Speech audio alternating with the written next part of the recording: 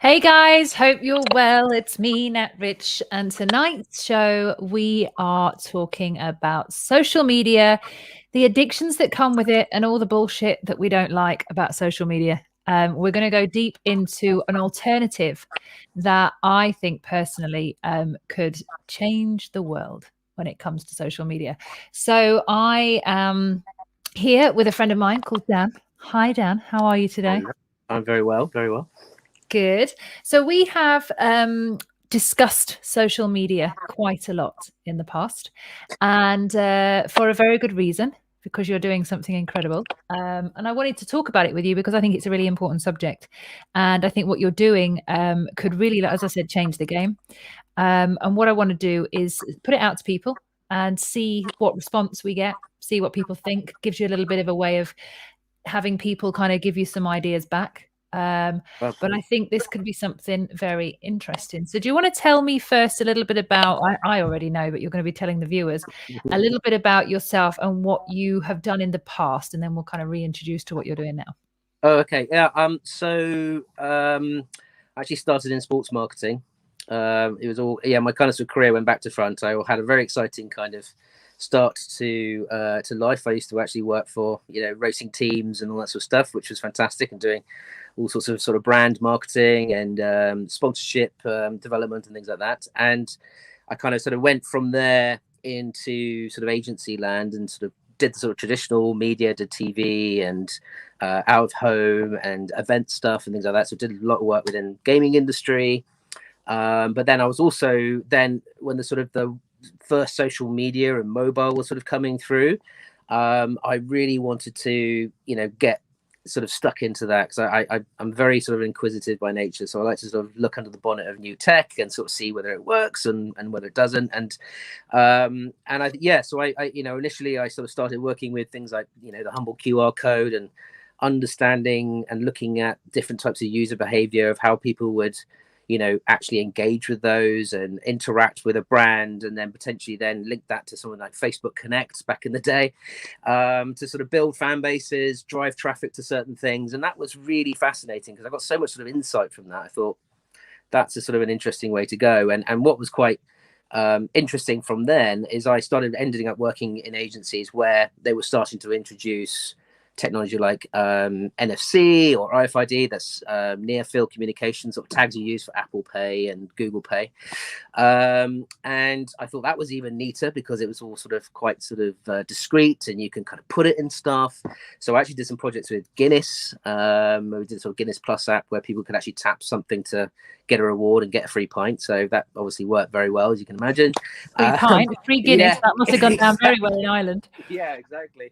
So that went down very well. But then, it kind of then took me into different areas as well, working for startups. And I worked for another company called Zappit, which actually they were doing all the out of home, all the bus shelters and interactive bus shelters for advertising. And I was doing a lot of the kind of high level strategy, going around talking about how these kind of particular area could work.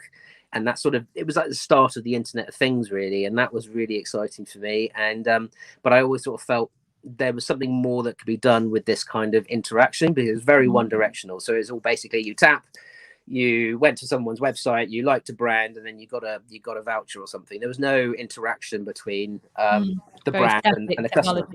Exactly. So yeah, that's kind of where I got to. And then kind of a nice sort of filler between where I am now is, so before then I was kind of sort of umming and ahhing about the technology. Could it do more? And I actually entered it was Innovate UK, and it was sort of like a UK grant system, and they were doing something around for the music industry, and it was around bringing the physical to the digital for the music industry, and that was in 2012, so it was a long time ago. And yeah, I just kind of had this idea. I spoke to someone who was actually working on the program, and he just said, "You got to do this. You got to do this. You got to do this. You're driving everyone mad. You got to enter." So I entered my idea, which was actually hilariously putting technology or tech or tags or QR codes onto merchandise, which would actually create a one-to-one experience between the artist and the fan. And I think there was over 450 applicants for the competition, and I got to the last four and then had to stand up and do a kind of Dragon's Den pitch for 5 minutes. It was the most nerve-wracking thing I've ever done. And it's quite fun because I think Elton John's record label were one of the challenge partners. We have Rocket Music there and music lawyers and all sorts of things. So it was really crazy. And ended up winning it and got a grant to then go and build something, to try something out, which was phenomenal. So that was super exciting. So yeah. So your background obviously then has been, as you say, within kind of the conversion part of how do you get a customer to then engage with a brand in some capacity. And you kind of came up with this idea about using technology in a kind of two-way format to be able to deliver that and to give the customer more of an experience, the brand more of control. But at the time when you were doing that, social media already existed. So social media at the time kind of came in and has been ever since then. It's been a page, it's been a way, where a brand can have a page and they don't necessarily own their own fans or their network, because obviously all the fans are coming through Facebook or Instagram or whatever it is, and they're coming through another channel. But the brand exists on that channel and has very limited way in terms of how they can utilize that. Although people think social media is huge and it's massive, and it is, it's the ethical side of social media for a business and also for an individual. There's so many downsides to social media. Majorly mental health, first and foremost, but also the risk factor for a brand. And a risk factor would be, if your brand exists online and your entire database is connected through someone like Instagram, Facebook, or whatever it is that you're using, and for any reason that brand goes down or for something happens to them, you've lost your entire gathering of your network because you don't own them. And this is one of the big problems that, we're seeing at the moment, is people are getting wiped out because of tech censorship, and they're really finding a lot of problems in terms of controlling their own networks. And the reason why I love what you guys are doing is because you have a way around that, where people, individual influencers, brands can exist like a social media, but they can do it with full control of their own audience, and they can directly access their audience. They can monetize their audience. They can be as ethical as they like with their audience. There is a real sense of ownership and quality control that you guys have put together with what you're doing. So you and I have, explain to me a little bit in terms of the mental health risks of kind of social media and what the downsides are that you see at the moment in terms of using those platforms from a user-based perspective. Yeah, what I would sort of say is that this was the reason why I created the brand, a product or an app called Scoot, which was basically the first very vertical network, which is essentially it's an OnlyFans but without the porn, basically. So it's connected to physical products or locations and things like that. So it's very much more sort of tactile, and it allows people to engage with people or things or brands in a much more kind of emotional connection.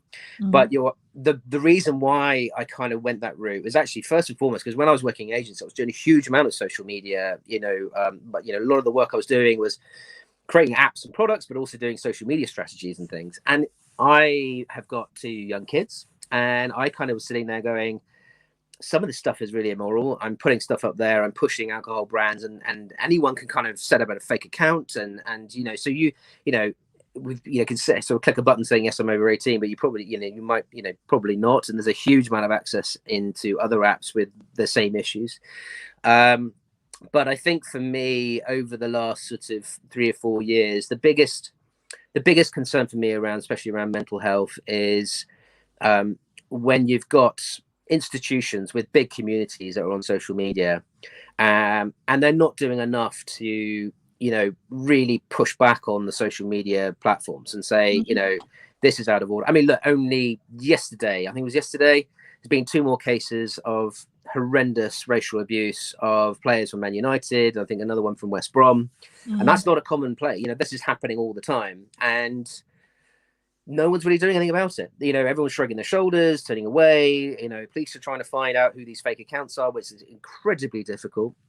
And it's absolutely insane. And I think from my perspective, it's you've got to look at certain industries which on the whole have the biggest communities. So the music industry with artists and the kind of the communities they have, with the sports industry and the communities they have. And one of the things we're saying to these with our kind of clients is, you know, why do you need to be on these other platforms? Because you might have players on there and you might be on there, but actually how much money are you making commercially? That's the first kind of breakdown. But actually, what is the pressure you're putting on players to be in that sort of huge community? And potentially you're going to have rival fans, and you know, I would say maybe 60% is usually absolute horrendous abuse, especially in female football as well. And I mean, that's just disgusting. And you know, I ended up looking at the Lionesses Instagram page, I think when the last World Cup, with my daughter, because she sort of was getting into it, and I think the first 3 comments were just the most homophobic,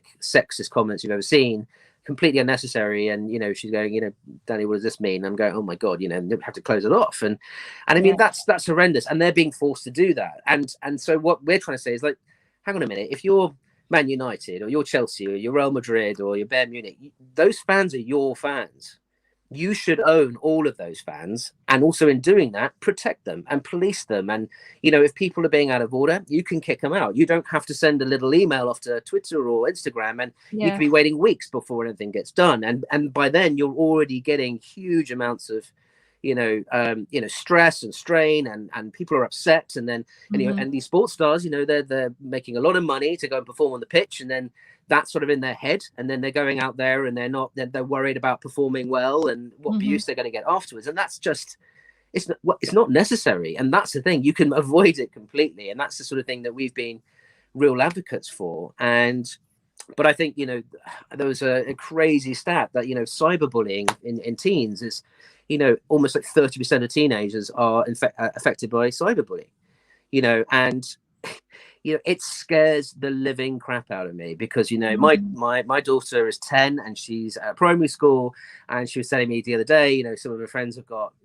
mobile phones for starters, and then they've got, you know, they've already got Snapchat, and they've already got all these other kind of and TikTok and everything else, and you're going, you shouldn't be on there. They're not shouldn't be permitted to be on there. And I don't know whether there's a little bit of parents and aren't educated enough to understand what kind of dangers there are. But you most of the parents are on these platforms as well. And this is, you know, I'm not a parent, you are. I'm not a parent, but I know for sure the dangers of an adult being on social media, let alone a child. And there's a lot of this that's happening at the moment, where we're only now starting to see the repercussions of what's, not only now, but like largely we're starting to see the problems with big tech. We're starting to see that the part of big tech that isn't human in any way, shape or form. It's not there to care for us. It's not there to look out for us. It's not policing things in the correct way or giving us the control to police. What it's doing is, if it doesn't like something that's usually politically related, it will cut it off. And we're seeing now that the level of control and censorship is through the roof, added to the fact that you don't own your own database, you don't own your own network.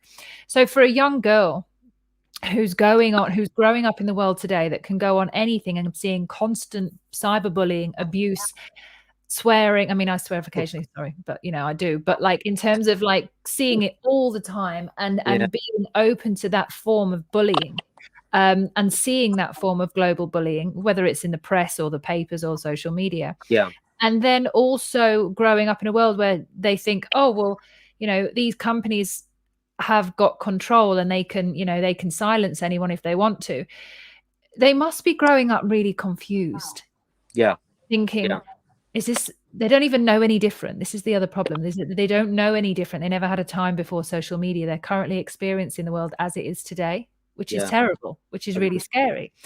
And a project like yours really interests me. And we've had long, deep chats about this and the benefits of it, because for someone like me, who is, I have been, you know, I grew up before, I mean, I know I don't look it, but I grew up before social media was a thing. And I had a mobile phone from the age of 16, I think. But I, you know, as I've grown up with it, I realize the addictive qualities of it. I realize and I understand the power that it has over me and the power that I give it. So I've had to reduce a lot of things with that mobile phone, one of which was social media. I came off it 2 years ago. And coming off social media changed my life, almost as important as stopping drinking when I stopped drinking years ago. Coming off social media was absolutely huge, because it gave me space and a capacity to feel. It gave me the reflection time.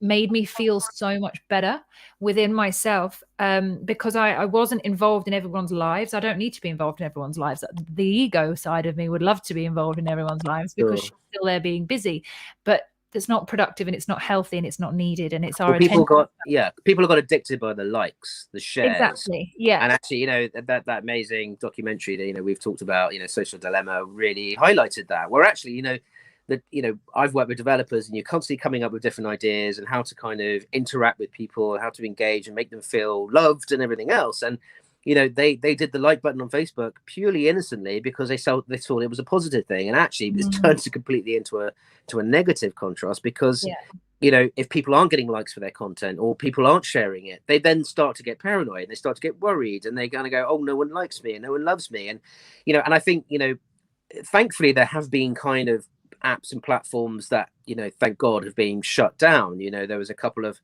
I think there was a platform called Secret, I think, in the States, and that was almost the cause of several university sort of suicides, because it was one of these things. Someone could spread a message anonymously, but even the person who's on it could see all these different messages, and people go, oh yeah, that girl's a bit like what they had in Gossip Girl, which is I don't know if you remember that. Yeah. And and you kind of go, how can someone have been, an investor or someone go, yeah, that sounds like a great idea, get into the university, they're going to love it, and actually not look at the kind of the moral compass of actually what they achieved. They basically created a digital bullying tool, and that's what people will use it for, because unfortunately human nature, it's just one of those things. And actually I think, thank God, I think things are changing hugely, and I think people are starting to, there's a sort of a next wave of generation. I think sort of Gen Z are, yes, they're fully loving TikTok, especially during lockdown, because it's something to do and it passes the time and it's fun and engaging.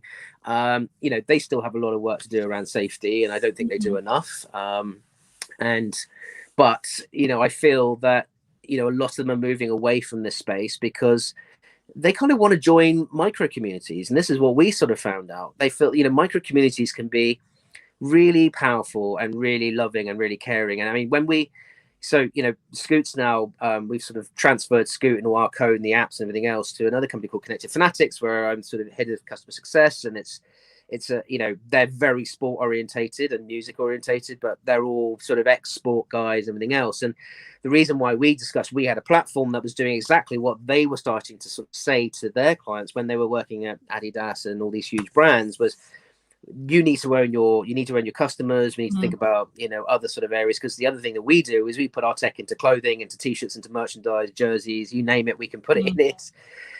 So there's a sustainability angle. Why do we get people to pay for more stuff when they don't really need it, but actually people want to make money from it? But I think there's a real sense of we've got to look after that next generation, and we've got to look after that sort of generation that wants to kind of find like-minded people. And I think that's what really worked when we first launched Scoot. We got huge traction within, strangely, the skate community and sort of street art. Just before you go into that, I just want to do a little recap just for anybody that's just joined us now and anybody that's trying to kind of, and we've got a couple of comments here, so bear with me 1 second. Okay. No worries if the people are just tuning in late. So the essence of what Dan and I are talking about is an alternative to social media, and the alternative to that is, at the moment, social media is available to the whole world, and the whole world can find you, which is kind of great if that's what you want. However, for your mental health reasons, it's not necessarily designed to really help you if you have the whole world looking at you at any time. Sure. Ask any celebrity or influencer and you'll see the problem with that, or any politician. So what Dan has been working on is a way to use what's called a micro community. And a micro community is a small quantity of people. It can be any number of people, but ideally it's a smaller quantity of people. And it's the quality of those people. It's the quality of the fan that you have, the quality of the network that you create. So for example, for me, if I was to have my own channel on Dan's platform and on the app, what it would allow me to do is it would allow me to create my content, which is what I'm doing now, using whether it's YouTube or other video platforms. And it will allow me to share my content into my own channel. Now, that channel would be something that I own. I would have the email addresses of everybody that's come in. I would have the details of everyone that's come into that channel. And I would be able to ban people from trolling me. I would be able to ban anyone that was actually negatively performing in there and you know, being horrible to any of my other fans.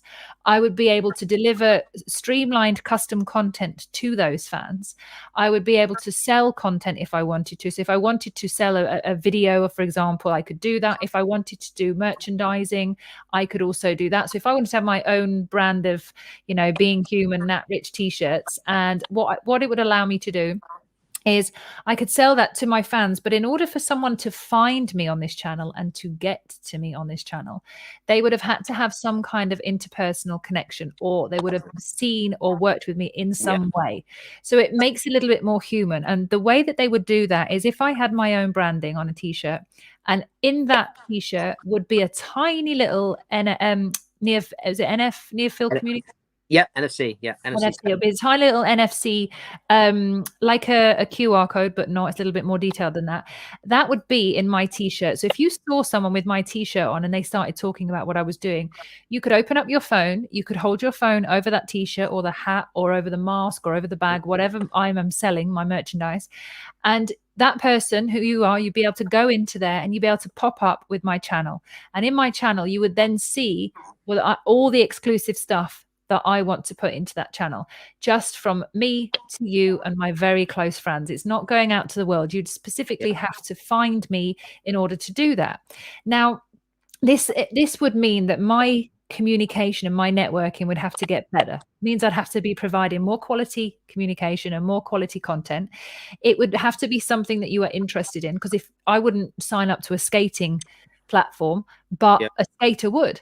So it would be streamlined into what you're actually interested in, not streamlined into all the millions of other things. It would also mean that I'm not bombarding anybody with advertising in any way, because they're just tuning into my content, nothing else. They can be in the Nat Rich world, and then they can also be in the skating world, and they can be in the Cocoa Pops world, but they don't have to be anywhere else. They're choosing the worlds they want to exist in. And by doing this, it's healthier for your mindset. It's safer for you to be online, for me as an influencer, but also for people who are existing in these worlds, because I would be looking after the quality of my fans. And then if I wanted to have a subscription to my content, I could make it free and available, but it gives me total control and access to my content, to my fans directly. And this is just me, but imagine someone like we've talked about before, Dan. Imagine the power of someone like Stormzy, when we've mentioned it before, who has an aversion to social media, not really wanting to be on there, doesn't really see the value, but he has a massive database of huge fans. Imagine if Stormzy had his own channel.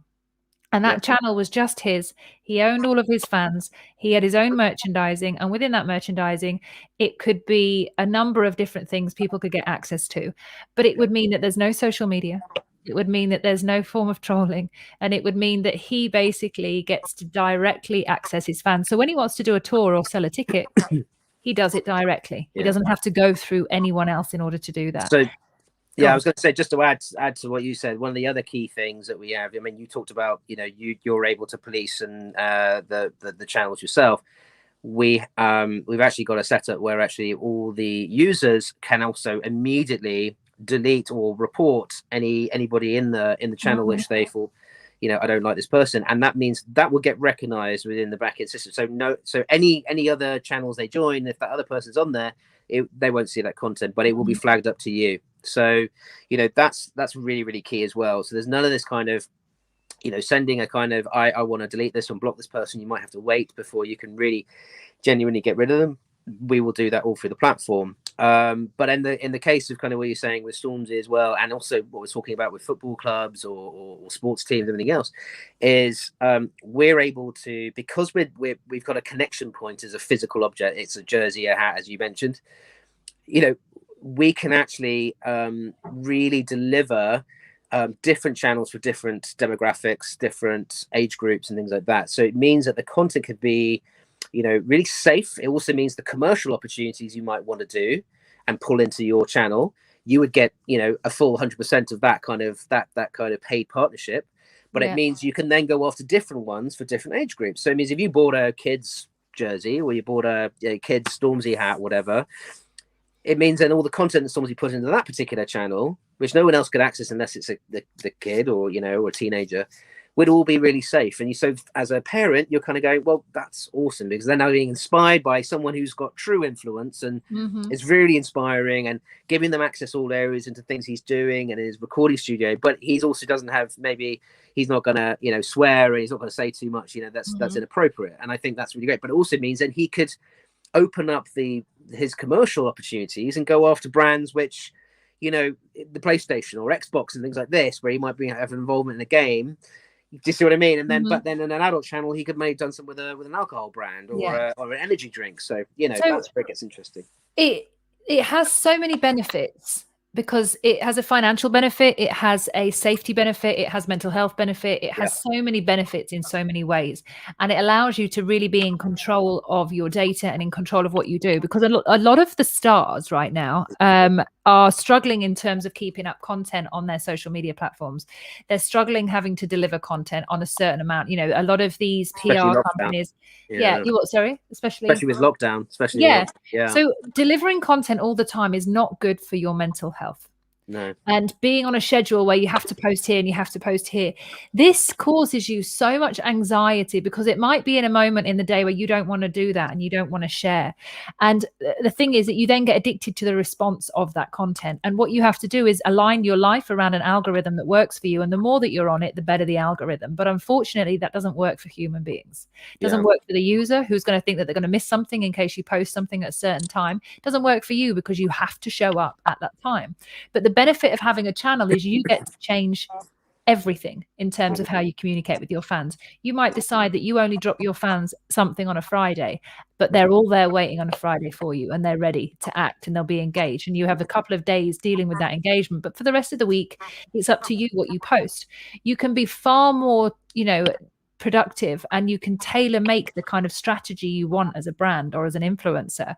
And for that, has got, and you're fully in control. You could cut out your agent, you could cut out all sorts of different things, not designing it for that, but I'm saying, if there's something that you don't like, say if you have an agent and your agent and your manager are like, you've got to do this, you've got to do this on social media, you've got to do here, it's got all about it.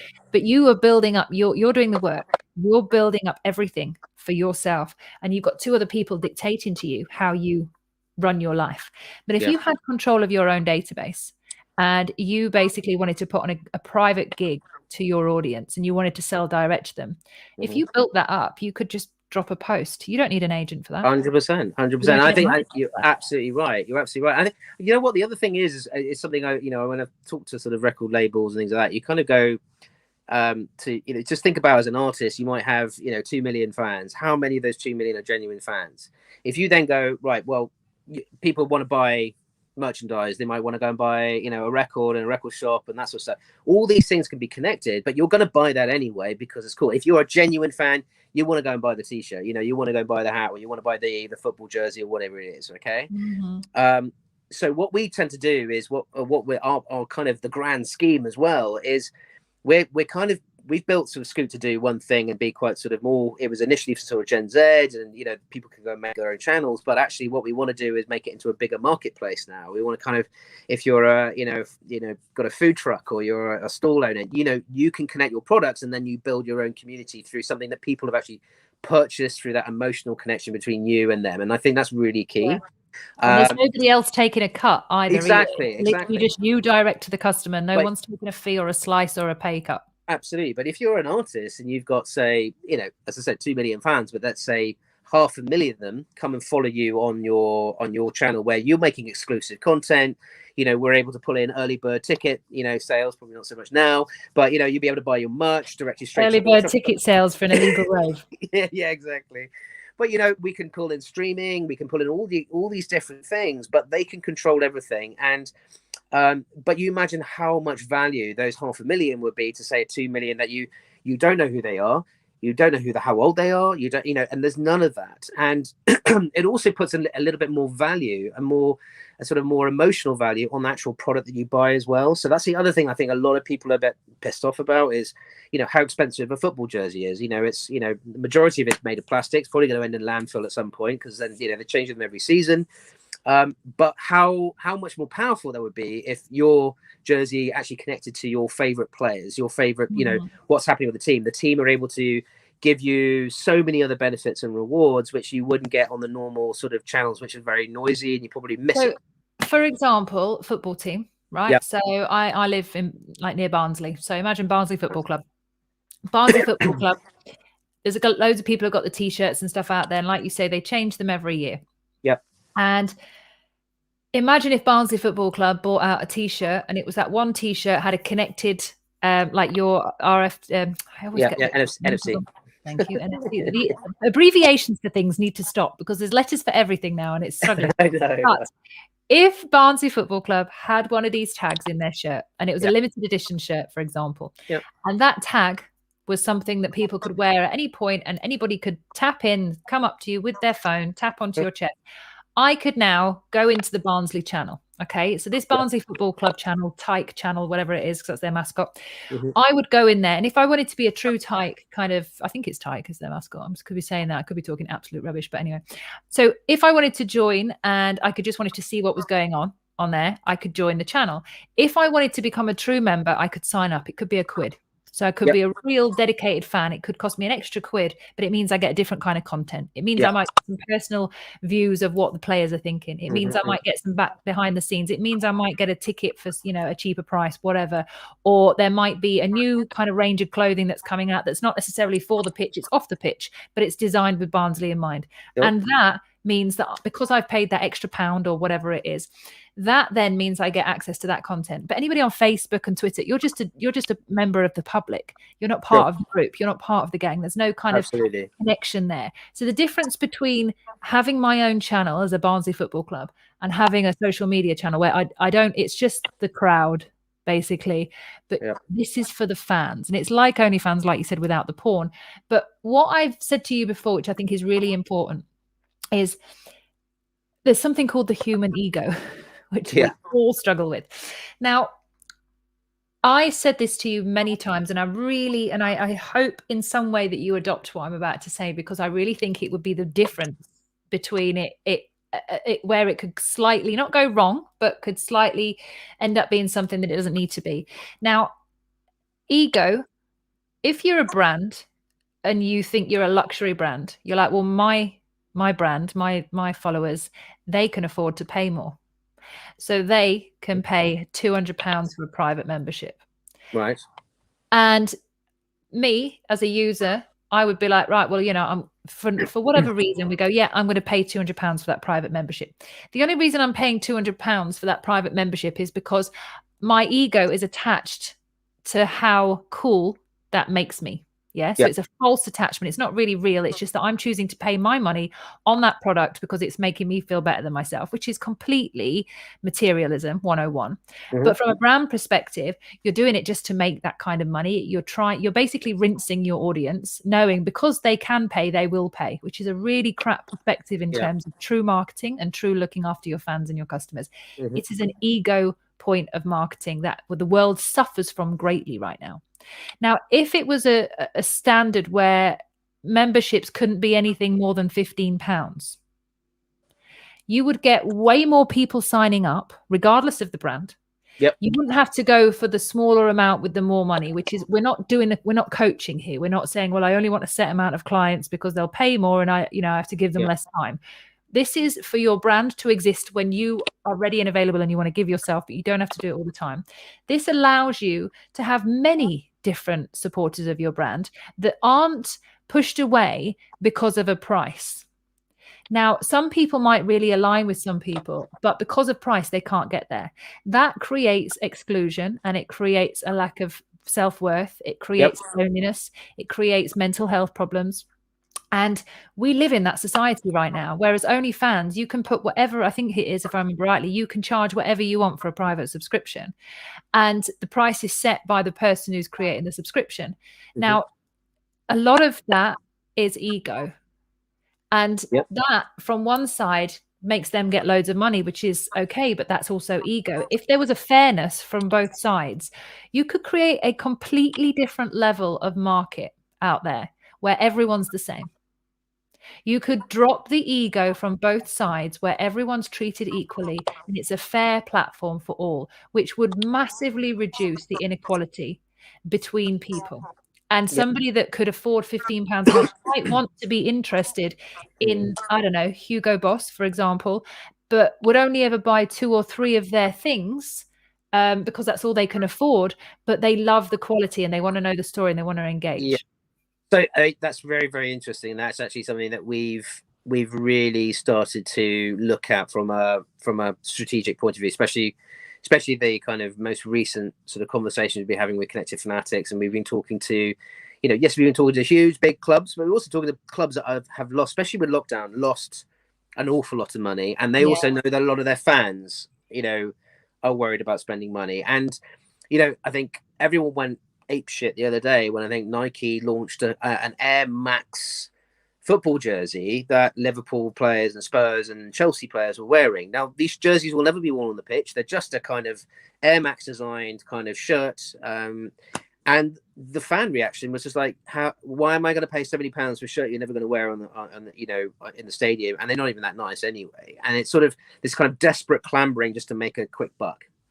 And they're not the only ones. I mean, I think last year Adidas did something with Pharrell, which would have been an absolutely amazing campaign because it was all for a charity and it was all amazing. I think it was during sort of Black Lives Matter, and it was a really important campaign. But it was still £70 for his jersey, but there was nothing else that came with it. You just got this black jersey with this kind of cool pattern on it. And I think you've got a music artist there, and you're working with some of the biggest clubs in the world who are all involved in this campaign.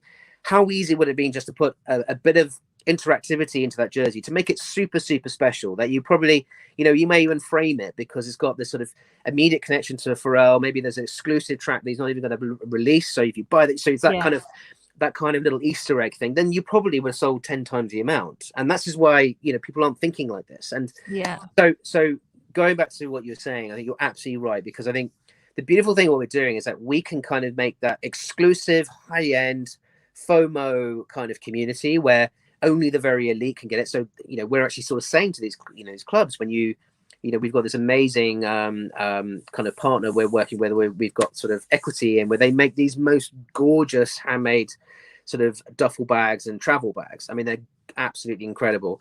And, they're about £2,000. They're a very expensive piece of product. But we thought, how amazing when your new players arrive to your club, you have your embossed logo on these bags. That's their travel bag. They all look the same, but it's all connected, but it's only connected with the players. So all the players and the coaching staff are in that channel. So it's very, very exclusive. And then, or maybe the board members and everything else. But what we're then going down the ranks, and what we're starting to do now is actually the tags that we're creating and these sort of patches that people can actually apply to the jerseys. They're just like an iron-on patch that you get like so every kind of football jersey, they're just iron-on. Yeah, so you've shown me them before. They're like stickers. Yeah, exactly. So what we're now saying, especially for, especially leagues which are in, the National League at the moment, everyone is literally, they're running around their head as chickens. They're losing money left, right, and center. They're not on TV, so they don't have any TV kind of money coming in. And they're worried that things are going to go south very fast. And so, fans aren't going to go and buy a new jersey every year, especially fans in Barnsley, if they're not. But you want them to feel part and connected to the club community. So rather than sort of forcing them to go, oh, you can only have it if you buy this 70 quid jersey, you can go, well, look, you can buy the new jersey. We'd love you to have it. But if you don't want to do that, bring your old jersey in, and we'll iron the patch on for you, or you can even buy one yourself. And it's only a couple of quid. Yeah. Just imagine the relief that the financial relief that would allow people to have, and the inclusion and the connectivity that a human would have by being, there's an option for me. Because this is what we're going through right now is options. Yeah. Our options are being limited by the day. Whether it's flying out, whether it's going on here, whether it's going on looking for content. Now, our options are being dramatically reduced, and so is our connection to people, which is devastating, because we thrive on connection. We thrive on our collaborations with people. Our intimacy is what keeps human beings going. We were meant to live in small groups and small communities, not the size of the community that we're living in now, which is like 4 people in a house. And what we have, regardless of what people, the misinformation that's out there at the moment is extensive. And people are confused. There is no one that can tell us that they know what's going on right now. And if they think they do, there's a large amount of ego in that, shall we say. So what's happening now, whether you if you look at what happened in America, when you look at all of those people following Trump, regardless of what you think of Trump, just imagine that he's a really nice guy and everybody absolutely loves him. But regardless of what you think of him, right? And he gets shadow banned, and he then gets taken off a social media platform. 25 million people jumped on Telegram in 72 hours. Yeah. Coming off of Twitter and going on to Telegram because of what happened when WhatsApp decided to make a change at the same time as Trump was getting taken off Twitter. So Trump and his team opened up channels on Telegram. Yeah. And the instant connectivity was there, and people flocked. There are still people flocking now, coming off of WhatsApp, going straight on to Telegram, not for Trump, but just for the sake of they're actually moving away, and they're realizing the power that big tech are having, and the political problems that has, the social problems that has, the financial problems that has. I don't know if you've been watching what's going on in the financial markets right now with Reddit and all the game companies out there, the manipulation. It's brilliant in the sense of we're getting to see how the many control the few rather than the other way around. And a product like yours and something that you're doing is, for me, I look at it and it reminds me of, the Disney, I think it was Disney or Pixar, when it's the ants film. I think I've shown it to you before. Yeah. And locusts saying, once those ants find out how powerful they are in the collective, that's our way of life gone. And this is what we need to be looking at with the elites and the big tech. A product like yours and a platform like yours is a solution, because it would allow a smaller individual to jump onto a platform, handle it in a way that they want to handle it, and deliver the content they want to deliver, and give people a safe space to exist online.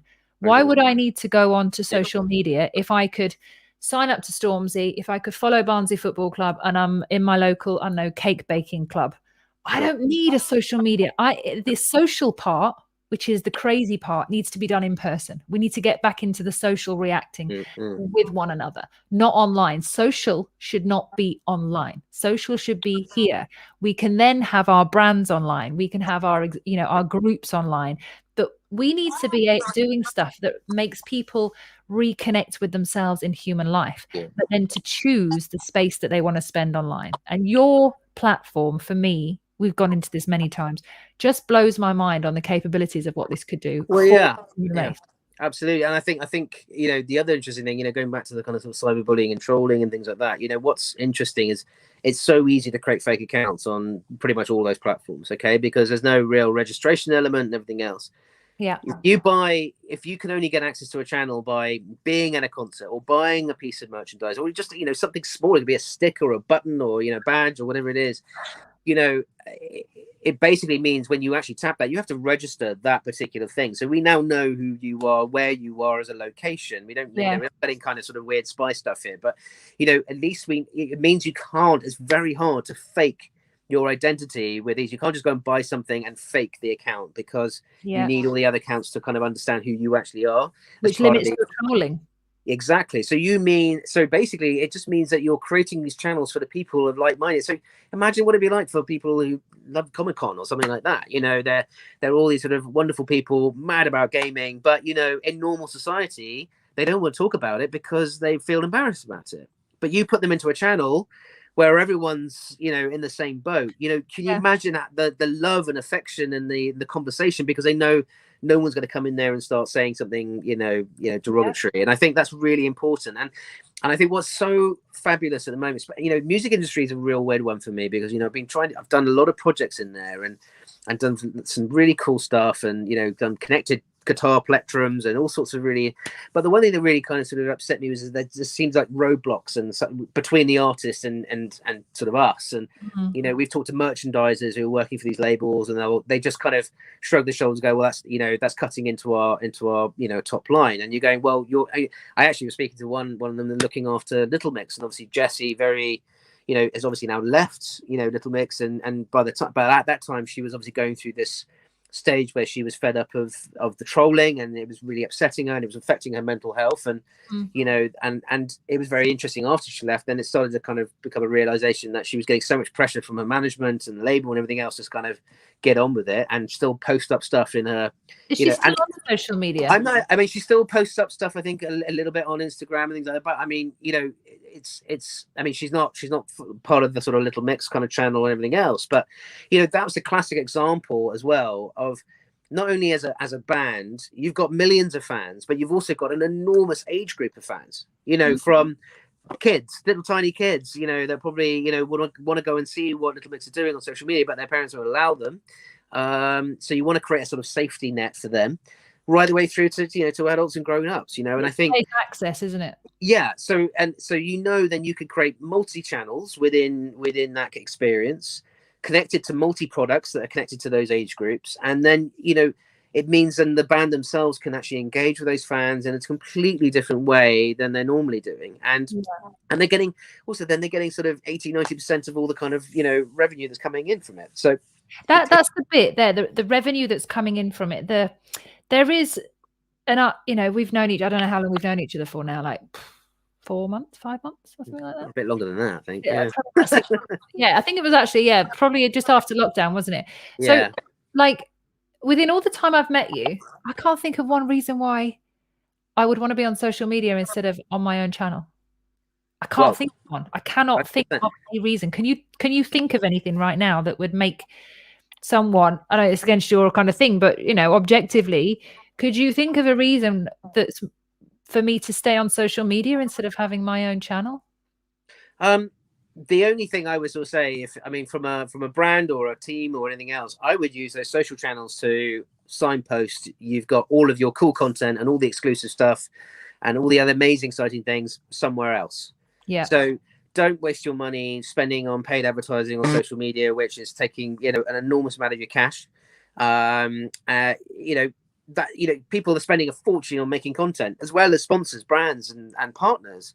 So what better way to do it than give it to the fans that really genuinely going to buy something or genuinely going to love it and actually engage with that partner, than throwing a lot of crap at the wall and hopefully some of it sticks, which a lot of it doesn't. This is the issue with, you know, with TikTok and things like that, is that it gets huge engagement and huge kind of reach, but whenever I've actually asked people what was the commercial, you know, what did you get out of that particular campaign, you know, after you've obviously spent licensing on the music and all that sort of stuff that all gets taken account of, what do you get out of it? And they kind of go, well, you know, we don't know yet, but, you know, we got so much engagement. And you're going, well, okay. And so I think people just need to get smarter and braver. And I think that the biggest issue, I think, is it's the devil they know. So they know the sort of the platforms that they know that can then, you know, are best for messaging, and they want to, you know, mum and dad's on Facebook, and, you know, everyone knows where their place is, and they kind of follow their kind of their lead. But I think, you know, it really needs to come from people of influence or big brands or you know, big institutions, organizations. And we're talking to some of the biggest organizations in the world that really, when it comes down to it, especially in sports, you know, they command, you know, billions of fans. And you know very well that every stuff they put up on Facebook, Instagram, and everything else, they're probably, you know, they're making literally nothing. And you know, this is the bit. So imagine, right, I'd humbly grown my 10,000 followers on Instagram. Yeah. And I said to my followers, look, I'm going to be on here occasionally, but if you want real content and you're interested and you want my offers and you want, you know, all the other stuff and a bit more of a safer space to exist, and you don't like social media, come to my channel. Here's the link, or whatever it is, however you get on there. And if you want, you can still see some stuff. But then if I want to sell a space that's more private for £1, I essentially obviously take off your cut from the channel that you have. Imagine if I had a good 7,000 of those people coming onto my channel and willing to pay. And this is why I think the financial thing, the humbleness of a smaller amount, makes you think that if I had 7,000 people out of my 10,000 people come onto my channel and they were all willing to pay £1, it was £1 a month. Yeah. It's £1 a month. And I might, as a user, might be following 20 people, but I'm only paying £20 a month for my social media, but it's a social media that I want to see. You know, I'm not just, I get to choose where that pound goes. And if every account was £1, for example, you could get higher ones, but if every account was £1, as an influencer, I'm banking £7,000 every single month before I've sold a t-shirt, before I've sold a gig, before I've sold a course, before I've sold anything. I'm just getting, just for being me and creating my content, every person who's seeing that is paying me £1. 100%. That's enough for Yeah. anyone to live on a Yeah. month. If you're living in a humble state, you're not even a humble state, but you don't have to. You could be living quite a flash life if you. Yeah. But I think the biggest thing as well, I mean, the one thing that really inspired me when we first launched it, especially with the sort of skate community and street artists and underground sort of dance music and things like that, was the creativity that the people that own the channels were coming up with. So we can embed this stuff into street art, we can embed it into into locations, and the skaters were putting we had these little pods and wearable pods that they could either carry on them, or they literally stuck them in the skate parks. And what was great is that they ran the channel. So if you weren't a skater, you weren't allowed into the channel, but if you were, it didn't matter what level you were, you could have access. But the biggest eye opener, even back then, probably I think it was like 2015, 2016, we did a launch video out in South Africa. And that was a real eye opener for me. So we were working with all these pro skaters, and we were going off and filming, and they were filming stuff, and it was amazing, absolutely amazing. But it was just one of those kind of really beautiful moments where we went to this skate park that was just outside of Cape Town, and these guys were kind of doing their thing, and it was like we were in the middle of nowhere, and these fantastic little kids that just sort of turned up, and they were obviously coming from one of the townships, and they just sort of sat there on their boards, and they were watching and just watching intensely as these guys were doing these tricks, and they were just incredible. And it was they basically were their skateboards, they were in bare feet, their skateboards were basically like a plank of wood on a couple of old trucks, and it was they were, but still trying to do it anyway. These pros would stop, they would go over, and they were like helping them, and showing them a few tricks, and they kind of performed a few things, that everyone was cheering, and their support and that love was amazing. And then one of the pros just went off to his car, got 2 brand new skateboards that his sponsor gave them, and gave them to these kids. And it was just like, oh God, it was just like so humbling and so lovely. And you're kind of going, this is a community normally that, skaters will tell you exactly what's what. If they don't like it, they will tell you to your face. They don't care about that. But this guy, he turned around to me, we were having a few beers afterwards, and I was saying, that was such a lovely thing you did. And he said, you know what, this is really a great idea. I love this. And he said, because, we have to be on Instagram for our sponsors and everything else. And he said, I get inundated with all these random people go, oh, can I get a free t-shirt? Can I get free trainers? Can I get free this, free that? And very well that none of them are real skaters. They don't really give a crap. They're just liking him and then bothering him.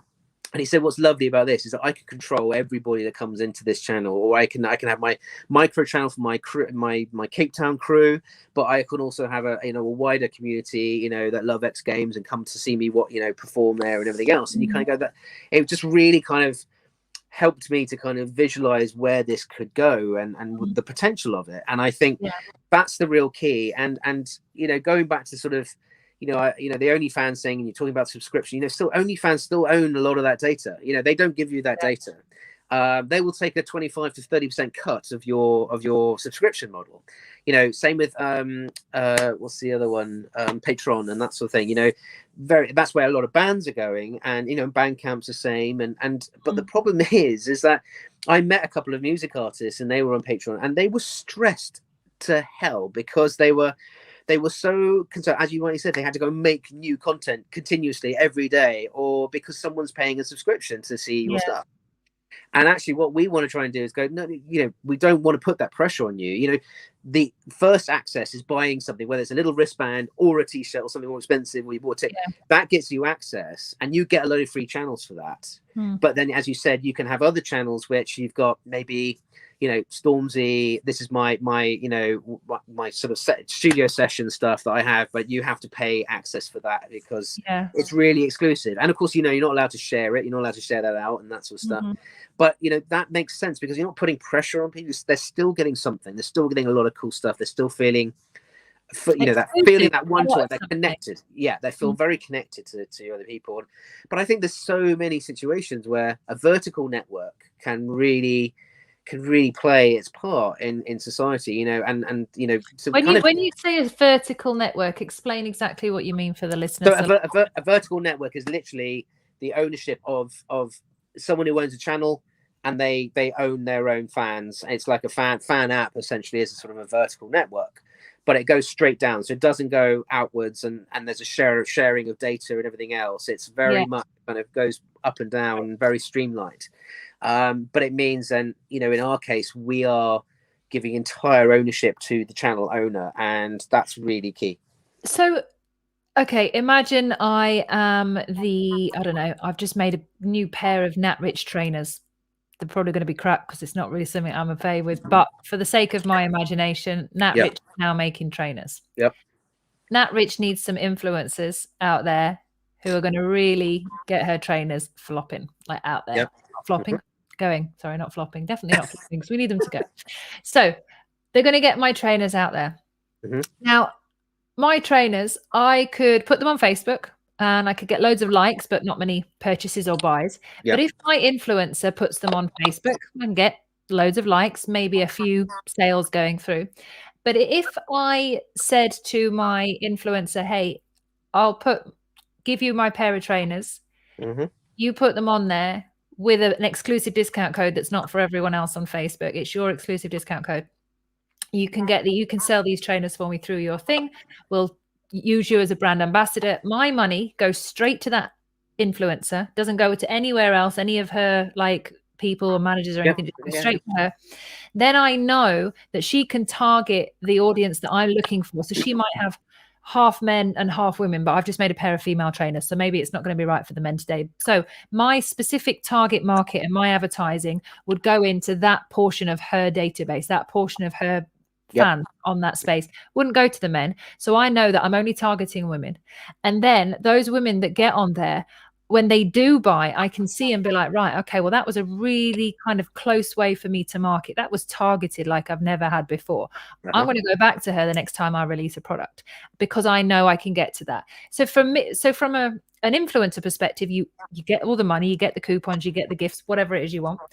You get to target and separate all of your market. But for me as a brand, I now have a very specific way of targeting someone. I don't just have to go through an influencer, and I don't just have to go through an algorithm, and I don't have to pay Facebook on all of that crap. I can literally have an exclusivity hype around my new Nat Rich trainers through influencers, because they're only going to be seen on a few people, for a certain amount of time until people start buying them. So they're going to last with that exclusivity as well. Because people else, and organic marketing, and this is what I'm doing, why I have no social media, which we've expressed before. I am happy to go slower to build what I'm building, and to do it in a way that I can handle, that structures it, and that it gives me the access that I need, because I know that by doing it this way, I'm comfortable. My mental health is first and foremost my priority, because, you know, I've got ADHD and a number of other things that, you know, I get distracted with. Having to be out there all the time, ready and available to 10 different apps, is going to melt me. So for me, it's really healthy for me to go slower and to be more organic with what I'm doing. And that, from a brand perspective, from an influencer perspective, from a customer perspective, the mental health of all three people there and the direct approach is way more effective, cost effective, mental health effective, like marketing wise. There isn't any downsides. I don't know why this is not out there yet. And this is the thing, is that, our big plan is slightly different. So it's because I think, Scoop may not be Scoop anymore. It might turn into something else. And we as a business, as Connected Fanatics, we have a number of different projects and different types of sort of applications, which are super exciting. One purely for sport, which is going to be mental, very, very exciting. And then we got, as I said, what Scoop may turn into is something even bigger and greater, where anyone from any kind of business, everything else, can actually create a connected community. And that's what we want to do, connected, loyal community. So it's almost like, and how we do that is also, we collaborate. And that's the biggest thing here. There are too many brands and too many of these sort of, platforms that are completely, paranoid about having stuff stolen, and you have to, they've changed the way that you can put content out there. So even for advertising agencies, just doing creative content, and they go and load, Facebook could change all their code and nothing will work the next day, and they won't tell anybody about it. And this is the thing. So we want people to be creative. We want people to actually, any types of form of content, whether it's long form, whether it's music, whether it's streaming, the NFC stuff that we put in there can actually be integrated into becoming a ticket. So your shirt that you're wearing is your ticket. So we can then we can completely eradicate ticket touts. Having the tag in the product itself, I mean, for the music industry or sports, can stop counterfeiting.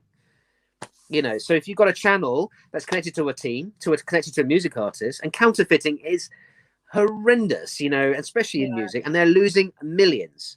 Yeah. And we're going, if you've got a channel that's connected to a t-shirt, that we can lock all of that channel in, so someone can maybe try and buy a t-shirt and maybe try and replicate it, but if they don't have our tags with our kind of configuration and algorithm in it, it's going to be a fake. So we know that, and that's why we're also talking to huge fashion brands and things like that, because there's two reasons why they're kind of coming to us. Is because the one they're sort of seeing is counterfeiting is such a huge issue, especially with very high-end brands or sports brands or music artists and everything else.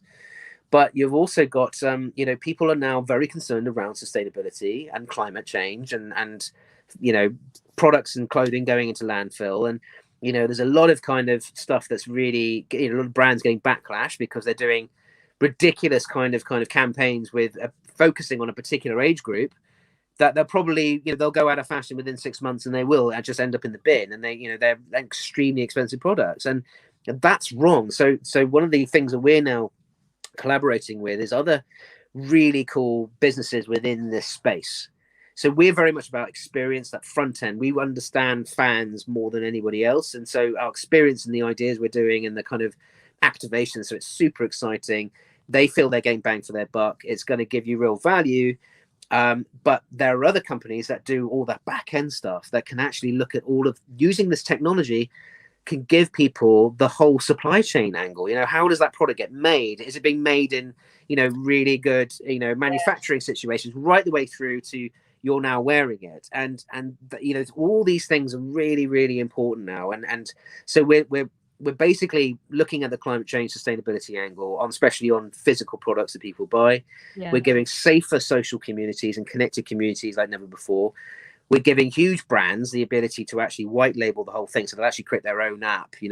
So for a music label, that's amazing. So you could they have their own app. They then own all of their fans, all of that data for all of their artists. And if an artist leaves the label, they can just replace it with another artist, and that artist gets their channel immediately. And the commercial opportunities are just phenomenal, because everyone's just running around like headless chickens. Just another question then. So in terms of, and this will probably be the last one in terms of timeline, I know I'm keeping you. I really enjoyed this conversation. So okay, I forgot my trail of thought. No. Okay, so App Store, Google Play Store. The App Store cancelled Parler the other day. Took it straight out. Is this an app, or is this direct to your phone? So for example, if I go past the next Barnsley football shirt wearer and I'm like, on the thing, it then comes up on my phone. Does it come up? Do I have to download an app to get into that channel? Or or is it like a website that comes up and then I can sneak in from there? No, so it's actually both. So it's a good point. So we've built it into native because it means we can use the technology. NFC technology can then be used in a secure way. That's why NFC is used for Apple payments and Google Pay and all that sort of stuff. That's really the key here. You don't actually have to open up your camera to snap a QR code, and QR codes can be hacked. I know, with the whole COVID thing, I've actually went to a track and trace one, and I tapped it, and someone had actually put porn on it. So that's it's that easy to do. So I was like, that's not a COVID NHS thing. So there we go. So yeah, it's that easy to do. You can literally hack them, and but with tags they can be locked and super locked. And so actually, what you do is, if you saw a Barnsley poster, football club, and you've got the players there, and each one, then maybe underneath all the images of the players could have their own little kind of bit of content. So what we do is we actually you can do a web view. So you just tap it with the end of the phone, tap it like you do in Apple Pay, and it will come up on a web browser and basically show you what the channel is. So no one's forcing you to download the app. No, you can literally just get a little bit of content, may see a bit of video, welcome to Barnsley Football Club or whatever, or a player will do their little interview. You could do something like that, whatever you want it to be. But you won't be able to interact and actually communicate with the club until you download the app. So the reason why we ask you to download the app and then buy the product and actually get that channel, it means then you're then allowing that GDPR element as well. So once you follow the channel, then it means you can then, that data can be released to the club, you know, the limited amount of data, but it means that they can then, you know, understand what you like, and then you can start to kind of, you know, target them with certain things that they're really excited about, whether it's players looking at their homes or doing techers and tricks, or just, you know, match day or coach or whatever. You can then get those different environments. So you do need an app, and the reason why we do that is because it means all the content within the native experience is very secure. And yeah, so that makes sense, because I'm just thinking the only it's not even a flaw. I mean, all the upsides are there, but I was saying, you know, like Apple had the chance to control Parler the other day, calling it a right-wing conspiracy site, when actually it's a social media platform for free speech, but the media have named it as a right-wing conspiracy platform, which is not correct. Obviously, it's got a lot of people on there because they're pissed off, but essentially, you know, Parler existed before that, all of the stuff that went on at the Capitol the other day and all that crap. So there is an option, like on an Android, like I have an Android, and if I wanted to go onto the web browser for Telegram, for example, I can go on there, and then I can take it out and put it on my home screen.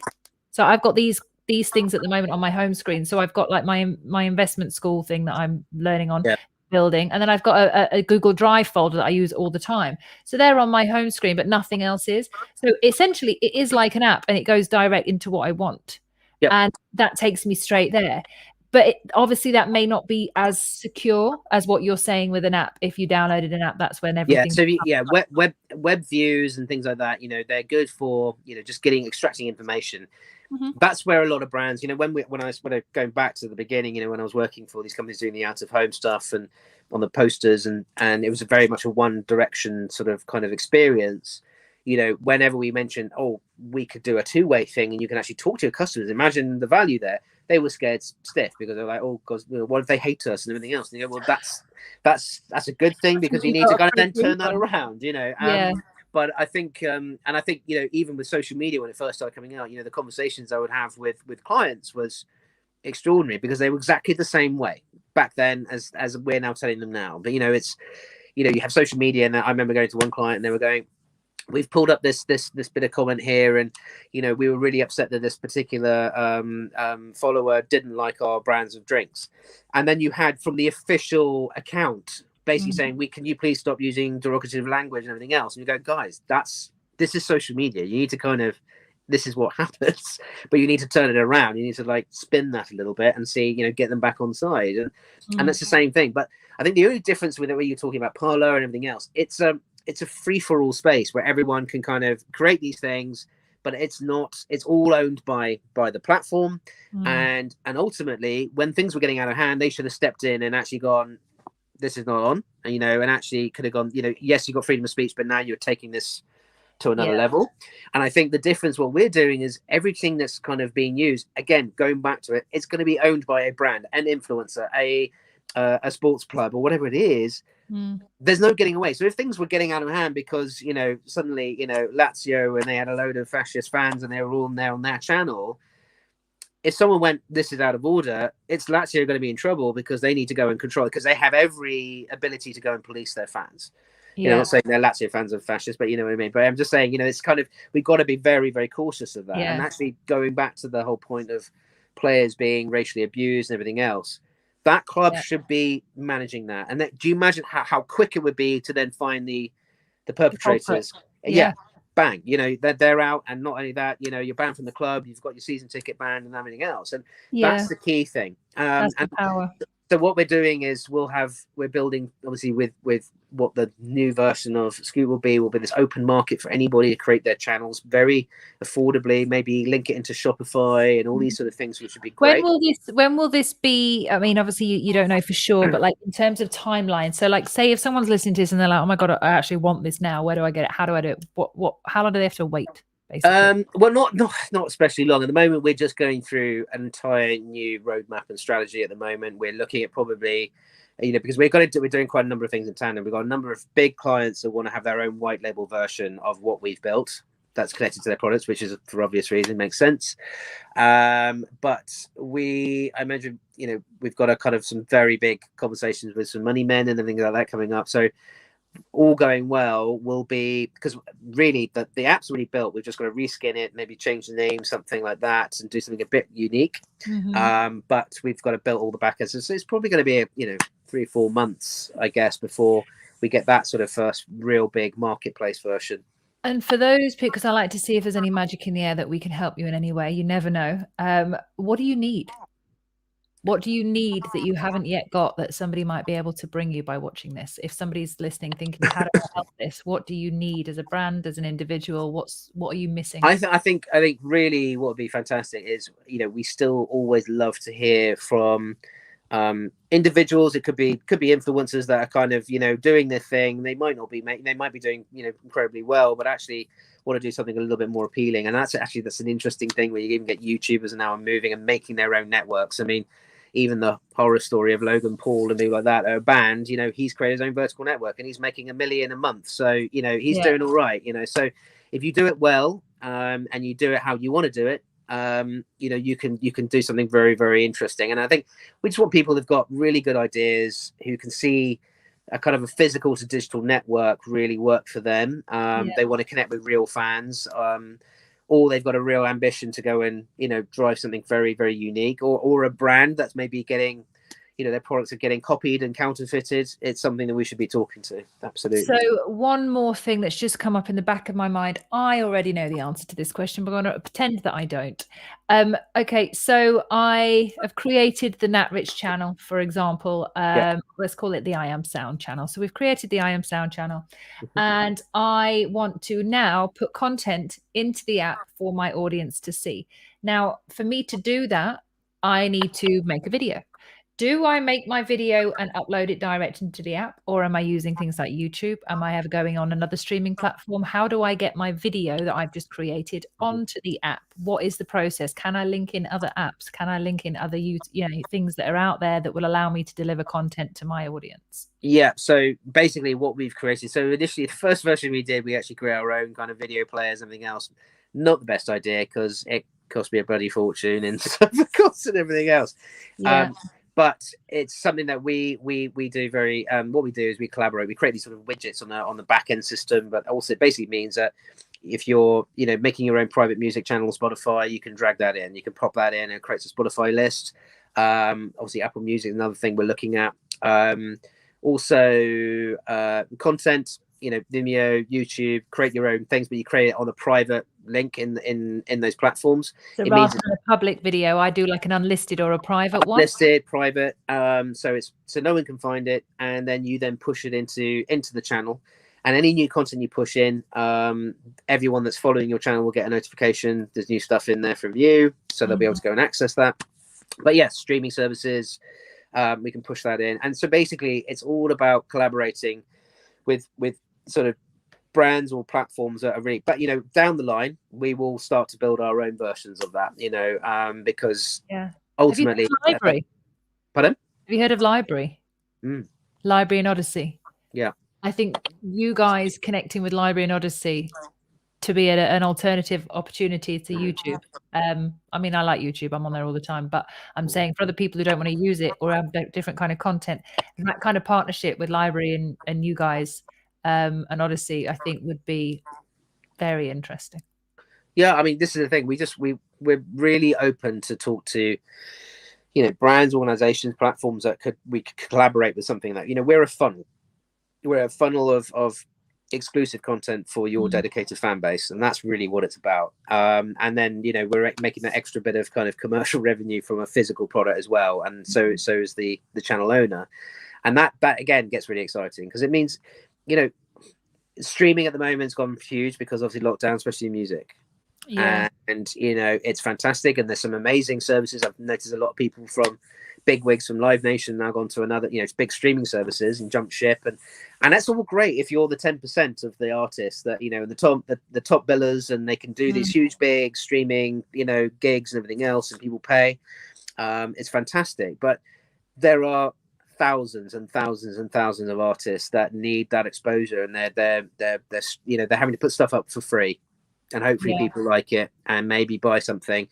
You know, they're getting hit on the, you know, on putting stuff onto Spotify or Apple Music, and it's really hard, and that's really affecting them. And I think what we're trying to say is that, you know, go and find a cool designer and a t-shirt manufacturer, and you go to them and go, let's make some merch, and I'm going to put all my stuff into this connected channel, and I'm going to make 100% of the profits of that, and that's going to be amazing. And we just send them a whole load of patches, and so that they iron them on. And this is very interesting, and I feel that that's where it's at. I mean, me personally, I actually have a chat with a friend of mine who has a merchandising company actually in Goldthorpe, near where I am, which is very random. He's living in Australia, but he has a company 3 miles down the road from me.